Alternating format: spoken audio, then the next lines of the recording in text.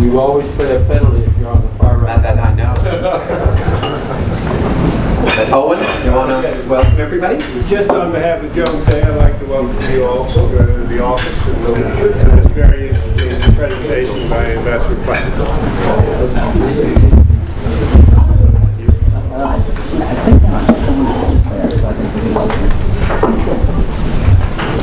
So if I can, Owen, again, I want to thank Jones Day for providing us this wonderful spread and this wonderful room.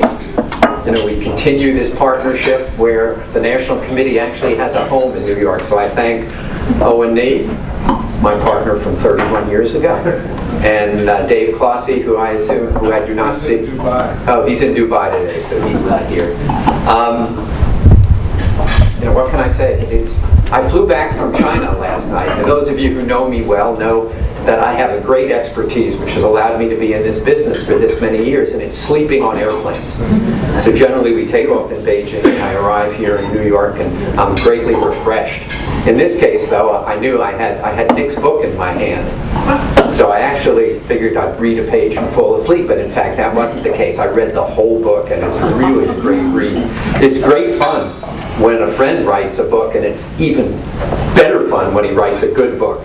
And this really is, it's a great read, and it takes us back to, you know, to a time when China was just opening up, and it's fascinating from that perspective. It's fascinating in that his partner, Sheila's here. Where's Sheila? Here. Oh, in the back.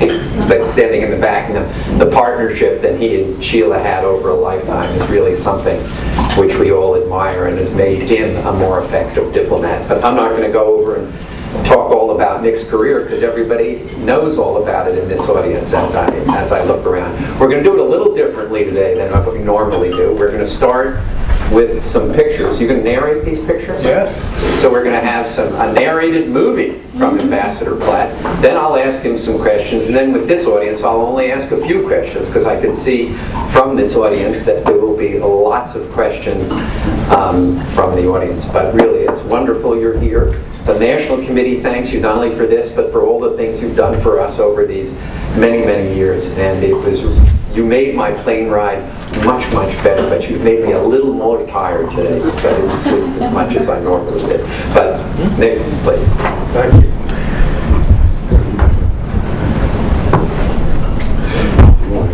Well, thank you, Steve. Thank you, Owen, for this wonderful place and this wonderful spread. Thank all of you for coming. A lot of my co-conspirators are here, including my spouse. And in fact, the book has a nice dedication page of Sheila on a motorcycle, which was taken in a ferry in Hong Kong years and years ago. But it symbolizes a long ride that we've taken together. What I want to do is to show you some home movies. I think home movies are the best way to get into a subject. And I took some films of China when I was there, and when I was on the Nixon trip. I always used to do this as a matter of course. So you get a kind of a worm's eye view of what China kind of looked like in those days. And I won't show you a lot, but just enough to kind of set the scene. You'll see here the honor guard drawn up, waiting for Richard Nixon to arrive in his plane. And those of us who were of lowly estate arrived in the earlier plane, and were then allowed to watch this from behind the engines of Air Force One after it had come to a stop. And you will see Joan Lai waiting for Nixon to get off the plane, and Nixon making damn sure that he shook Joan Lai's hands after John Porter Dulles had refused to do so 7 years ago, something that the Chinese had never forgotten. And Nixon wanted to make sure that this wrong was righted. Anyway, there's some looks at what China was like, and I'll go into that. And of course, there's one bit I want to show you, which was one of the very first National Committee events, which was the visit of the swimming team. I'm going to try and skip to that so that you, Jan Barris, and I know Jan's not here, but I talked to her on the phone, but it's a tribute to the National Committee. Nick, would you speak into that microphone? Yes. Are you not getting it? Okay. I'll try to press my lips to it. That might be hard. Anyway, these movies were just a compilation of films that I had made, and they show you something. So we're waiting for the plane. We have to wait longer.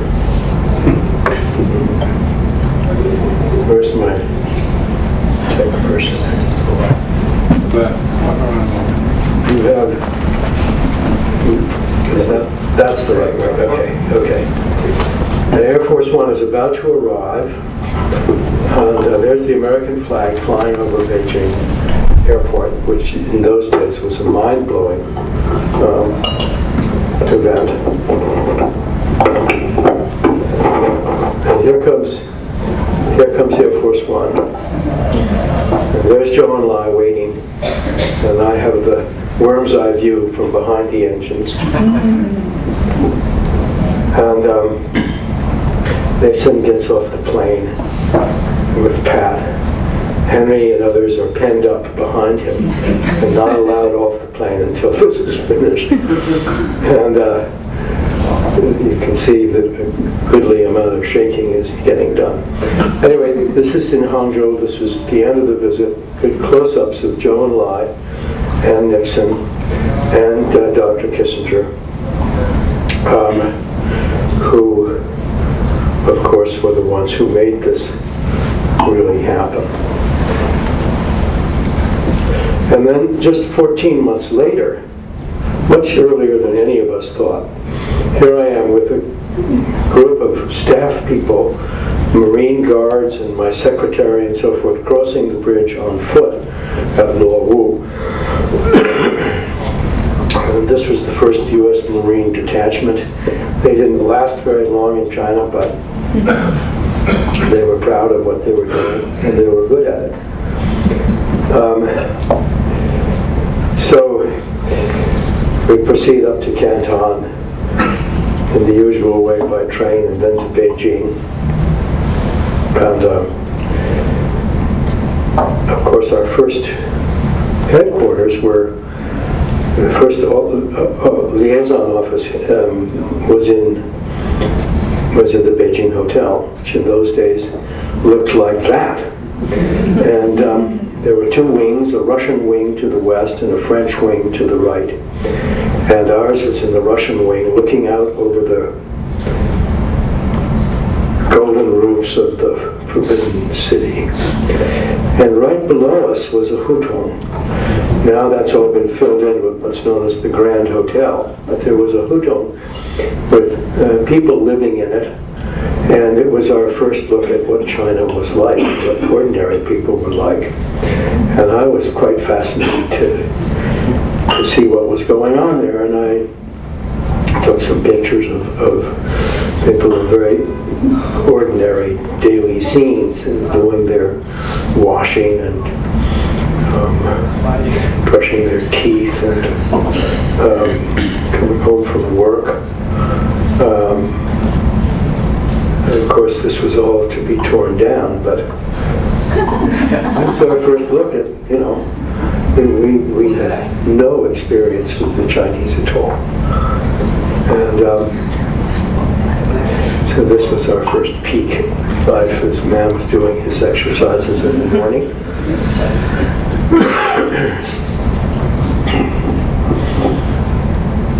And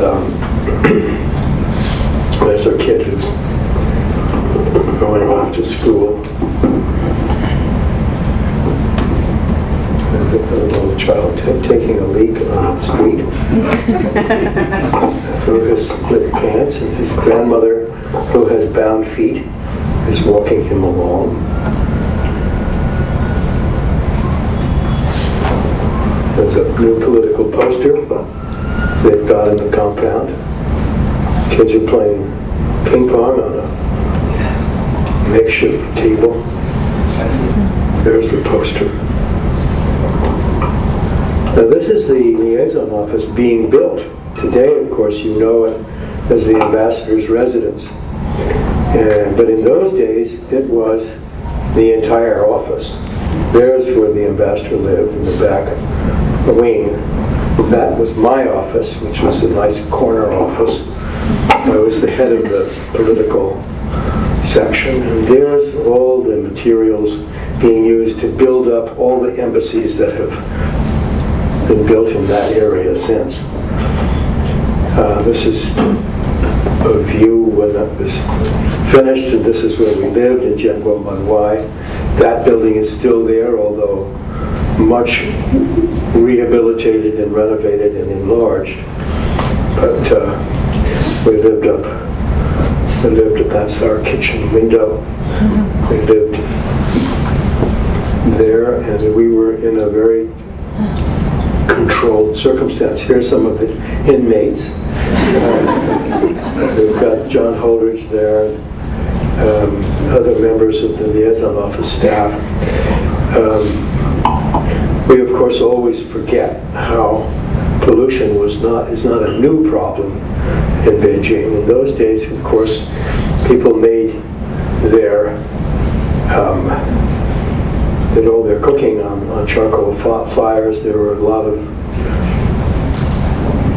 small factories around. Anyway, this was what an October day looked like back in 1973.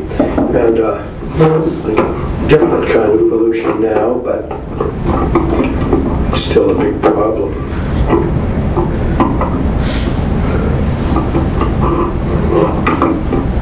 Try to get this thing to stay up for me. Not everybody lived in brand new buildings. This is the Swiss embassy in an old courtyard house, and that's me going to pay my respects. I'm going to jump now to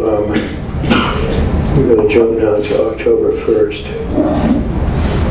This is October 1st, 73, and this is my youngest son, Sanhu, and that's Jim Lilly's youngest child. And they were good pals. If you contrast this celebration of October 1st, National Day, with the current huge, totally rehearsed events where no one's allowed to make any mistakes. This is much more of a sort of a carnival, kind of state fair atmosphere. This is where this is a sort of a shooting gallery out at the Summer Palace. And the security people were all over the place, as always, watching us. We were watching them watch us. And, but of course, the events at the time, the Cultural Revolution was still on, although the really serious, difficult, violent period was over. But everybody spent a lot of time doing these kind of dramatic performances. Here's a PLA troupe trying to explain what it is that Chairman Mao's thought really does for you. And this guy is trying a hard time getting it up, so to speak, and so he's armed himself with Chairman Mao's thought, and the results are there for all to see.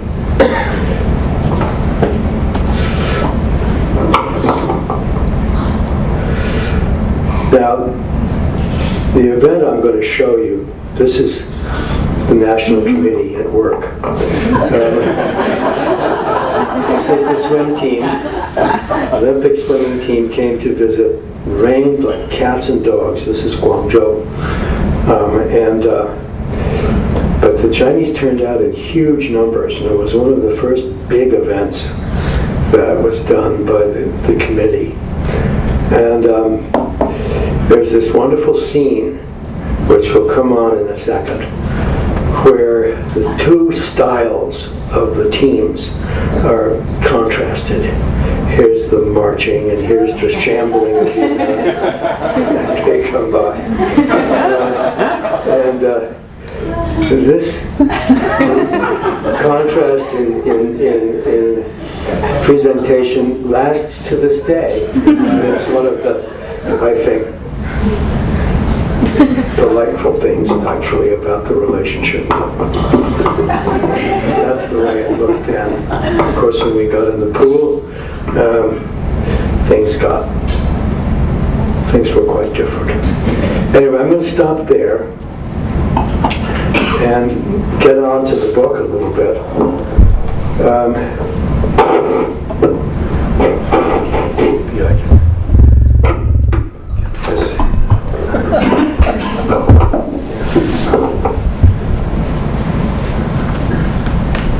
It took me a long time to write this book,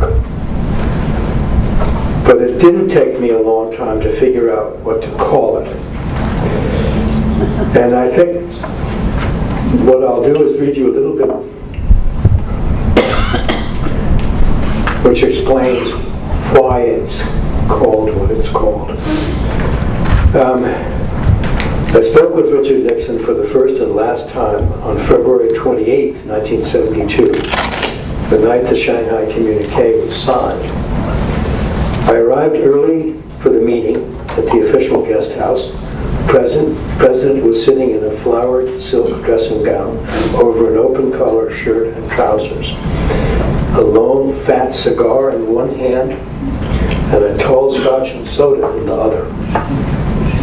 He looked drained, but satisfied with what he had accomplished. What an extraordinary looking man he was up close. Huge head, small body, duck feet, puffy cheeks, quotes, about 3 walnuts apiece, end quotes, my notes indicated, and pendant jowls hanging down, the entire combination exuding authority. Secretary of State William P. Rogers, my boss, came in. H.R. Haldeman was already there. Hair close cropped, a yellow pad, bagel pad, and sharp pencils close to hand. Henry Kissinger was nowhere to be seen. Assistant Secretary Marshall Green and John Holdridge from Kissinger's staff arrived a bit later, and the discussion began. These men, the leading Asia experts in the U.S. government, were leaving on a tour of Asian capitals the next day to explain what Nixon had accomplished in China the past week. And I expected them to tell him what they should say and see if he would approve. But actually, he did virtually all the talking. He shaped the individual approach that our experts would take with each leader at every stop, based on his own knowledge and personal relationship with them. Tell Marcos I said X. Make sure Park understands Y. Japanese Prime Minister Sato should bear in mind that Z. He had a personal message for each, based on his relationship with them and his knowledge. He predicted a generally favorable reaction from Asian leaders, and only Taiwan had reason for disappointment, he said. However, Chiang Kai-shek should be confident that we would maintain our security commitment. Well, Nixon's performance was a tour de force, close-up confirmation, for me anyway, of his repute as the great foreign policy president of his time. The experts were not advising him on what they should say. He was telling them. And as the meeting came to an end, he made a point of thanking each of us for our work. Secretary Rogers introduced me to him as one of the new China specialists, in the State Department, and I told Nixon I'd spent 10 years preparing for this trip, and was grateful to him for making it happen. Well, he accompanied me to the door of his suite, placed an avuncular flowered arm on my shoulder as we went. While he said, as we reached the door, "You China boys are going to have a lot more to do from now on." So this book is devoted to the China boys and girls, the people who have really done the basic people-to-people work over the years. And the central theme of the book, really, is that, Nixon and Kissinger had started the relationship as an international balancing act between us, the Chinese, and the Soviets. And they kept all of that very much to themselves. And they relegated to professionals what were known as the nuts and bolts of the relationship: trade, and investment, sports, culture, education, and scientific exchange. In fact, my colleagues and I were perfectly happy to be in Beijing at all, fascinated with domestic Chinese politics, life in China, the dynamics of the first interactions between Americans and Chinese, whether Olympic athletes or orchestra maestros or members of Congress, airplane manufacturers, bankers, scientists, or inner cities youths. And over the years, the nuts and bolts fastened together the structure of U.S. China relations. And this is really the legacy of the National Committee. I mean, it's these relationships that became U.S. China relations.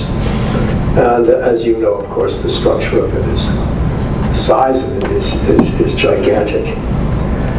But when the geostrategic rationale for the relationship fell away, when the Soviet Union collapsed, when Tiananmen almost simultaneously came and soured the whole atmosphere, it was the nuts and bolts that stood up and carried the relationship and carried it for the next decades. And it's only now, in the last few years, that we're beginning to add a strategic overlay to the basic nuts and bolts relationship. So that's the central theme of the book. And when I told Henry Kissinger that that's what it was, he said, "That's good, I'm going to steal it."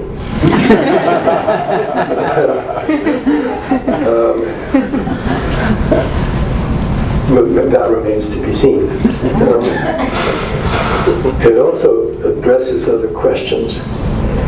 What possessed a youth from New York's Eurocentric Upper East Side to study Chinese in the post-McCarthy era? How does one such person learn an Asian language? What did we know about China during the Cultural Revolution, and how did we learn it? Does the Cultural Revolution mean anything now? Were Foreign Service professionals aware in 1969 of the impact that fighting between the Chinese and the Russians, the impact that was having on U.S.-China relations? What role, if any, did Secretary of State Rogers, so openly and painfully disrespected by Nixon and Kissinger, play in preparing and accompanying the President to Beijing? What were the pressures on Americans and their families living in China in the early 70s? And on a personal note, did a fatal road accident near Beijing also kill a promising career? When the People's Liberation Army and the Pentagon sought each other out after Mao's death, and the Soviet invasion of Afghanistan in 1979, what issues and emotions were involved? And finally, how do we build on the structure in place to keep both the United States and China secure in the years to come? So that's a very quick overview of the book. I have to tell you, honestly that when I was first organizing the book, I thought, well, the thing I really want to do is tell stories. And I want to tell every anecdote that I've ever dined out on and just link it with enough substance to get by. But in fact, I think the substance took over. I'm glad that that's the case. So if our host would like to ask some questions, please. I should probably sit somewhere where people can see me. We can just move this. Does that podium move? We're finished with it, but I had to Move it back. Yeah, there we go. just move it back, then we're fine. Then, perfect. Well, you did a fabulous job of telling lots and lots of stories and linking it to sufficient substance. One of the things you talk, I mean, you were part of prior to '72, you were part of the China watching community in Hong Kong in the '60s at the consulate.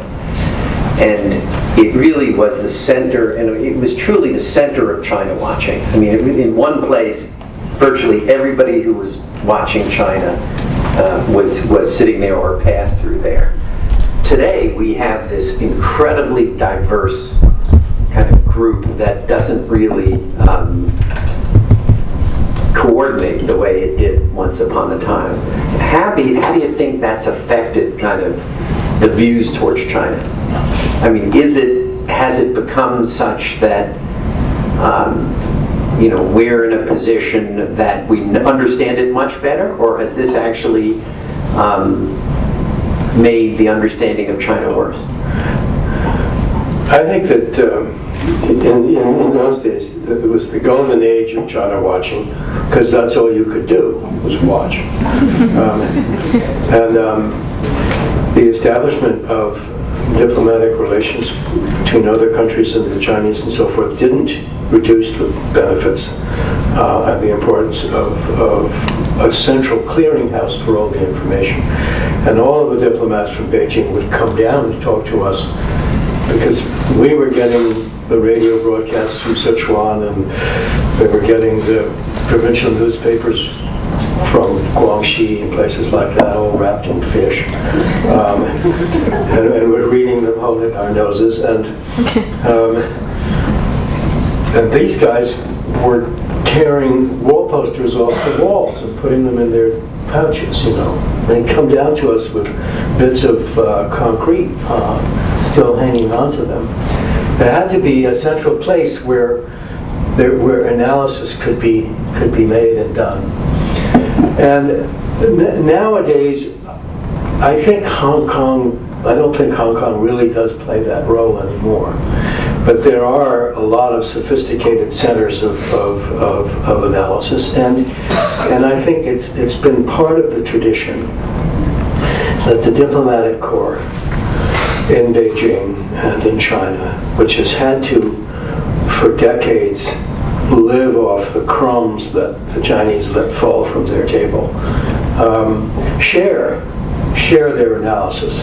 So there's always been a sense of a community, an analytical community. What's different now, of course, is that there are people like Jim McGregor who are doing business all the time, people who are doing large amounts of business, and who have their own take on the Chinese and their own feel for the Chinese. They're pretty good about sharing that too. And I think that,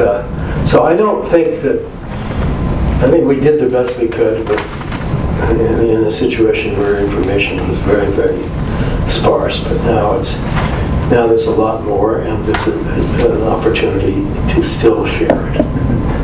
You were talking about the defense relationship. You kind of have had a unique perch on that in some ways.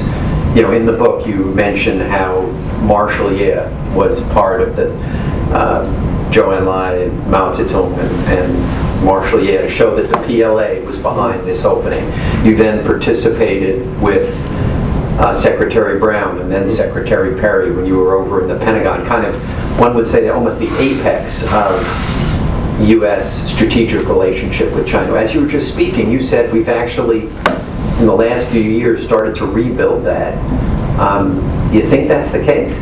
Or one would argue that the mill-to-mill relationship is as bad as it's ever been. One would maybe argue even worse. Well, I think that what I meant was that you now have something called a strategic and economic dialogue, right? Which a delegation of Americans, 200 strong, representing 16 different agencies and so forth, come and get a sort of a bath of exposure to the Chinese.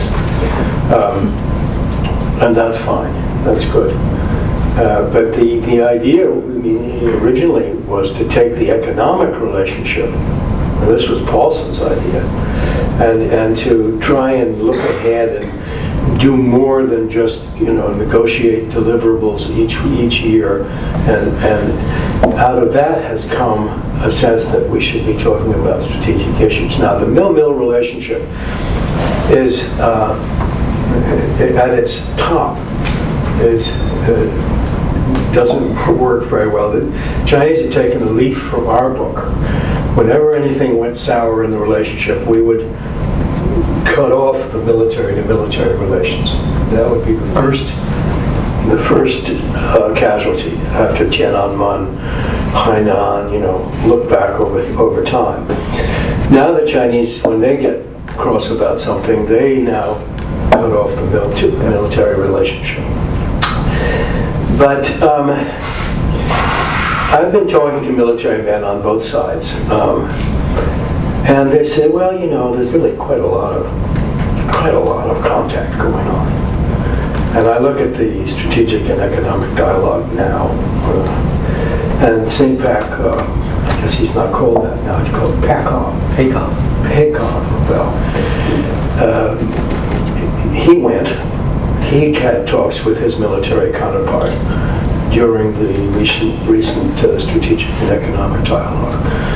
And the various attachés and so forth are all chatting each other up as usual.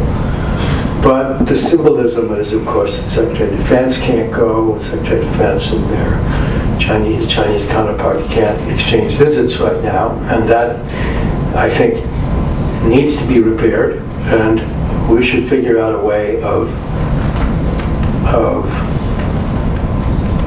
what's the right way? What's the right word? We should inoculate that relationship against the slings and arrows of domestic politics.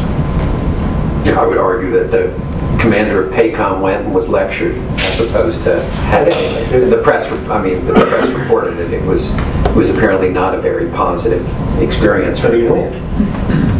He went because we said he should be included in the security and economic dialogue, and we insisted on a military aspect of it, and the Chinese actually sent a much lower ranking person. I think they sent a 1-star, and I believe Willard is a 4-star. But you did. That's one where you were at the. I mean, it was the high. No. Well, we were sniffing each other out at that point. Right. That was good. And they were the top guys we're talking. You have this great part of the book where you talk about learning Chinese and talking about kind of these Chinese teachers introducing you to the, where they talk about explaining Duifu and Yanzhou and these terms which Jim and others in the room have heard for a lifetime in dealing with the Chinese. When you're not going to get no, you're going to get woman lai Yanzhou la, which means we're going to research it and we're never going to get back to you. But, and they're really, and when you read that, you just, anybody who's dealt just said, yes, this is it. Now, what struck me then, though, from that comment, or from that part of the book, is do you think your successors in the Foreign Service are sufficiently schooled in the language, and do you think our policymakers are sufficiently schooled in the language and culture of China? Well, I think that the language training now is less intense than it was. Although if you are going to go on and make a real career of it, you're going to ultimately get the same kind of education that we got. And I've spent some time, at the various different consulates, and I've been quite impressed with the level of language skill and understanding of the officers in those places. The embassy itself is now so big. It's really hard to get a feel for that. It's big and it's self-contained, and it's just a completely different kind of experience than what we had, which was taking off special days to ride bicycles. Hours to ride bikes and ask people about how much the cabbages on the backs of their bike cost. But I think, we have developed a lot of good China expertise. I think that the general level of knowledge about China and America is dismal. Abysmal. You've had this extraordinary career. I mean, you've, from accompanying Nixon to then, being in Japan to being ambassador to 3 countries, was it? Right. 3 countries, and then to running the Asia Society. Besides that, not being on the road that morning, I'm going to exclude that from this question. You cannot answer. I would not be there at that time. What would you have done differently? What's the one thing you would have done differently? I mean, I don't know. People, if you haven't read the book, there was there's this accident that ultimately caused your withdrawal from China. But I'm trying to exclude that from that answer. Well, you can't really, because as David Bruce told me when I was leaving, I mean, I was told by the Chinese that whenever a diplomat is involved in a fatal automobile accident, they invariably leave the country of their own accord, which we researched and proved to be true. And it was in fact a way of getting me out of the country, but without PNGing me, and in fact enabling me to come back and deal with them later on. But Bruce said, and I was in ruins. I mean, I was really upset about this, and I was so upset I was really afraid. I was afraid to go back through Hong Kong and see all my pals and be talked into doing a press conference and blowing my stack and really ruining everything. So I got Bruce to let me go out by Paris, where we had some friends waiting. And I kept my mouth shut, and everything worked out. But he said in my final talk, as I said, one of these, January day in Beijing, you know how the sun sets through the pollution weekly. It's almost dark by 4 o'clock. He looked at me and he said, this is going to be good for your career. I said, what? He said, yeah, this is China's specialty is it's a short mountain to climb. Now you have to go out and do some other things. But anyway, you never can know what you would have done differently. I had some good luck and I had some bad luck. But I also, along with my spouse and children, had a lot of fun, and my colleagues had a lot of fun along the way. It's not over yet. That we all know. What lessons should we take from your career? What's the single most important lesson? Well, I don't know. I mean, I think if you follow your passion, you follow what really interests you. And I didn't know China was going to interest me. When I started out, I thought I was going to be a Europeanist. And it wasn't until I had the extraordinarily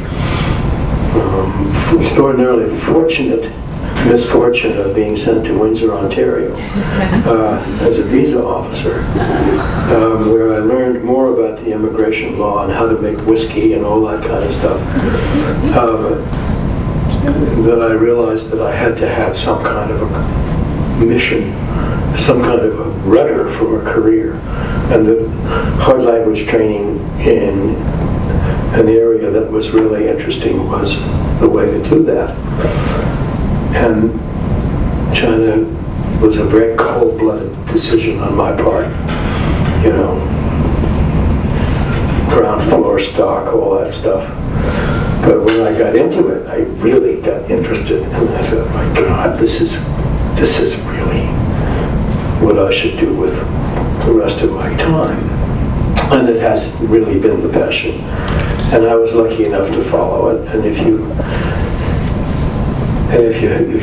you're working on something that you really like, and that's hard, you're going to be happy no matter what comes along. I know lots of people who are always trying to stay a step ahead of the system and get an assignment to do this and an assignment to do that, etc., etc. And they kind of shut themselves to pieces. So anyway, I was just lucky to get early on into one of the fascinating central relationships of our time. Let me open the floor to some questions. Yeah, Nicholas, let me ask. He's got to speak up. Let me ask the question I said I would ask. Can you succinctly just make a few remarks about Zhou Enlai's role? Well, you know, the basic political will to bring the two countries together came from Mao Zedong and from Richard Nixon. But the extraordinary skill to bring these two bristling porcupines together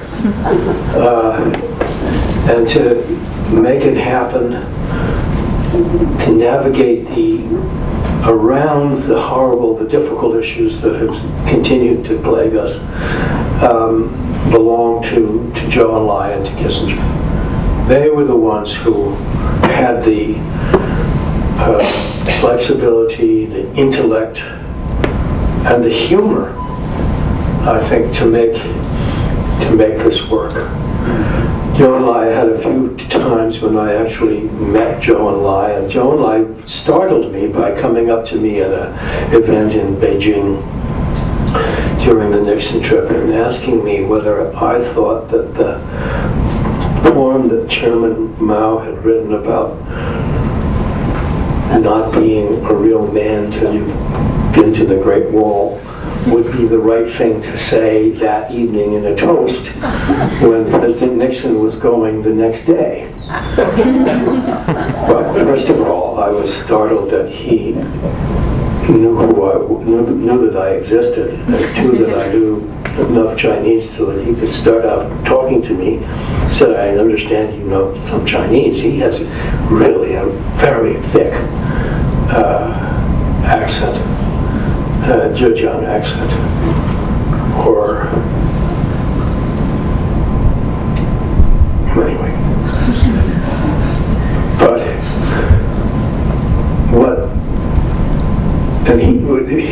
his startling use or mastery of detail, which was something I think also that Kissinger had, was what made this trip work. I remember one evening we went to the gym and we watched all the gymnasts swinging from apparatus and so on and so forth. And there was Zhou Enlai sitting with Nixon and Mrs. Nixon and chatting and so on and so forth. And a guy comes up behind him with the layout for the next day's People's Daily. And Zhou Enlai's chatting away, and in the meantime he's rearranging photographs and rearranging placement of articles and so forth. And he sends the guy on his way. So he was running this trip, and he ran the whole thing. And of course, the final moment for me was the extraordinary call he made on Secretary Rogers. In Shanghai, we had just gotten to Shanghai, we were unpacking our socks, and there was Zhou Enlai comes off the elevator with Wang Hongwan and Nancy Tang and Ji Pengfei and a whole bunch of people. Here's the premier of the country coming to call on a visiting cabinet officer unannounced. What's this all about? Well, we had a lovely conversation, and it was all about, in the most friendly way, sun streaming in the window, tea, antimacassars, etc. All about the opposition. And Zhou Enlai says to William P. Rogers, you know, we had our gold orders too. And so what he's really trying to find out is whether or not the American delegation is united behind the results of the trip. And he got the idea from some static that occurred after the State Department side saw the draft of the Shanghai communique for the first time on the way to Hangzhou, and had some points of difference and some things that needed to be repaired. He got the impression, and of course Nixon was furious. Kissinger hadn't showed us the draft, so anyway, that's what happens if you don't show people drafts. But Zhou Enlai was trying to sound out Rogers as to whether or not he was, whether there was disaffection within the American delegation. And he satisfied himself to that, and Rogers assured him, and that was it. And but he wanted this to be a success, and he made sure it was, and he also made sure a year later that the liaison office negotiations started and came to fruition. He felt himself slipping. He wanted to present his body politic with a big fait accompli. And wasn't he trying to go to Rogers also to make Rogers feel included? I think Rogers had lost face by being excluded from the Kissinger. Yes, I think that was the analysis I put on it. Rogers was kind of puzzled. He said, "What's this all about? Why did he come?" I said, "Well, maybe he wants you to feel better." And in fact, Rogers did not feel good. But there were serious, in other words, I'm trying to think in which book, but there were serious disagreements between the State Department and Kissinger over the language with respect to Taiwan. That was in the first draft of the communique and then was changed. Is my recollection correct? I think that the language of the communique, that Rogers had an impact on the language of the communique, because he was regarded as kind of the expert on the attitudes of the right, attitudes in the Congress, and when the people were talking about how to deal with that, he was the one who was consulted and spoke, and people listened when people were talking about the substance of the visit, future of the relationship. Kissinger, of course, was the one who carried the ball. But from what I saw in the drafting of the papers and so on and so forth, and Rogers' reaction to the language of the communique draft that he saw, was that his points were quite well and quite quickly taken by Kissinger as a way of dealing with domestic concerns. Another question there, Ben? Yeah, China Daily. Some in China argue that the United States always want to contain China or encircle China, geopolitically, strategically. I mean, given your great experience and expertise in Asia and China, do you think this is a Chinese paranoid, or it was true before but not now, or it's always true? We have in both our countries, in both our societies, we have sort of underground rivers that flow. One in China is the Americans are trying to encircle us river.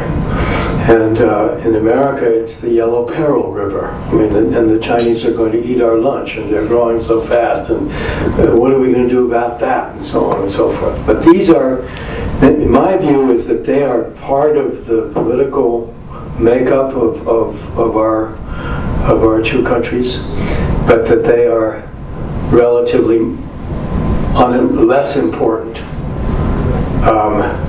And that the vast majority of Americans and Chinese who actually do things with each other, like trade or travel or go to the movies or watch basketball or whatever it is, are generally fairly content with each other.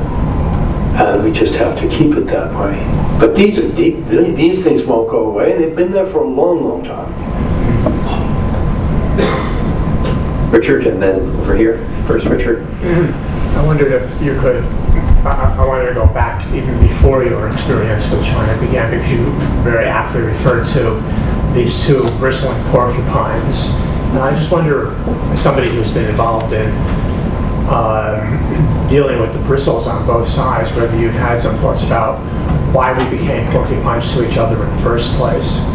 Was there a moment in history, maybe during World War II or just after World War II, when all of this hostility that lasted for 25 years could have been avoided? Or do you think that it was an inevitable thing, given that the communists were communists, and if we were an anti-communist country, they had to see us as imperialists and enemies, and we had to see them as enemies? Or was there something that could have been done, maybe 1945, 1946, that would have avoided all of that? Yeah, I think that you go back through the Marshall Mission and through all of those different efforts on our part to connect and to learn a little bit more about what was going on. There were things that we could have done that would have changed things, and we can argue that. There are things that we could have done vis-a-vis relations with Vietnamese too that would have changed things. But the fact of the matter is that history flowed the way it did, and there's not really too much point in trying to figure out what we could have done differently. I think when we look at the relationships now, look at what we're about to do, I think we can learn by going back and looking at these records and trying to take some lessons from that. It's this movie. You've seen this movie called Red Dawn? No, not Red Cliff either. Not Red Cliff either. Not Red Cliff. It's called Jianguo Daiye, which is to found a country is a big deal. I guess that's a very informal translation. But it's the movie that the Chinese propaganda department, with all of the massive new skills of the Chinese movie industry, put together for the 60th anniversary. And it's extraordinary rewrite of a lot of history. It's all about the United Front and how the communists were united with everybody. They were wooing the Kuomintang in Hong Kong and all these other places. And every actor in China is in this movie. And they all offered their services free. It's really great fun to watch, I got to tell you. But and Chiang Kai-shek comes off as a kind of a tragic softy, and the American ambassadors in Australia, which I think is a bit of a stretch, but we don't come off so badly either, I mean, it's an effort to sort of rewrite the history and to make friends again with all of us and so forth. It's also a message to the compatriots in Taiwan, that come back to the fold, and we were always good guys, and so on and so forth. Anyway, everybody who's interested in China should see this movie. It's never going to come here because it's never going to make a buck. But it's a good example of how history can be rewritten. 44, 45, absolutely. We missed the chance. We missed lots of absolutely, but that was a huge. Passing in the night. My honors thesis was written on just that subject in 1971 and 72 when I wrote it, and the study was on 44 and 45 and how, liberated to death of Roosevelt and a variety of other things, and the change of personnel. Over there, and then Owen. My name is Albert Golson from the Foreign Policy Association. During your initial contacts or your initial visit to China, was there anybody in your group at all who could have possibly envisioned the China of today? Part A. And part B, is there any difference of how your group or yourself views China in the next 15, 20 years compared to, let's say, today's China analyst government? I think that, to be brutally honest, none of us had a clue of what China would become. Nobody was arguing that this was going to be the great, economic behemoth of its time. People thought that there was something incompatible between economic development and communist economics, and in fact there is. It's just that nobody expected that the Chinese would Deng Xiaoping would embrace the capitalist mode and call it Chinese characteristics.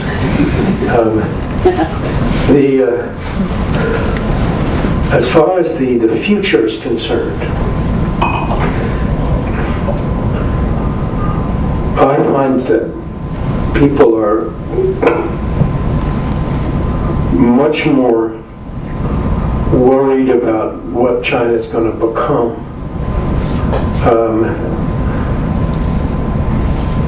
and the threat that it poses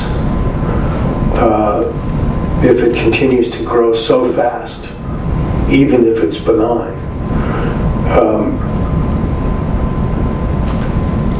I personally have a more measured view of where China is going to end up in the middle of this century. Not that I know any more than anybody else, but I do have a fair idea of what problems beset them. And these are problems of population. Population's going to start to really decline soon. Problems of land usage, water supply, you name it, across the board. It's going to temper the growth of China and give us opportunities, I think, to improve our relations with them. My basic thesis about the future is that we've worked our way over time into a clinch. And using Alexander Haig's comment about the benefits of confrontation, or the benefits of engagement as opposed to confrontation, he said, hell, the safest place in the ring is in the clinch, because nobody, can haul off and launch a haymaker at each other. And my feeling is that having worked our way into a clinch, we should stay there. And we should try to help China solve its problems, because none of us benefit from the other failing. But I think that the growth pattern of China is going to ease off once all the cities are built. Nick, thank you so much. Thank you for your. I know I'm turning down our host, but it is 7. It's exactly 7. It is exactly I'm so 7. disciplined. So I am disciplined. National Committee rules. But Nick, thanks for giving us this book. Thanks for decades of service to this country.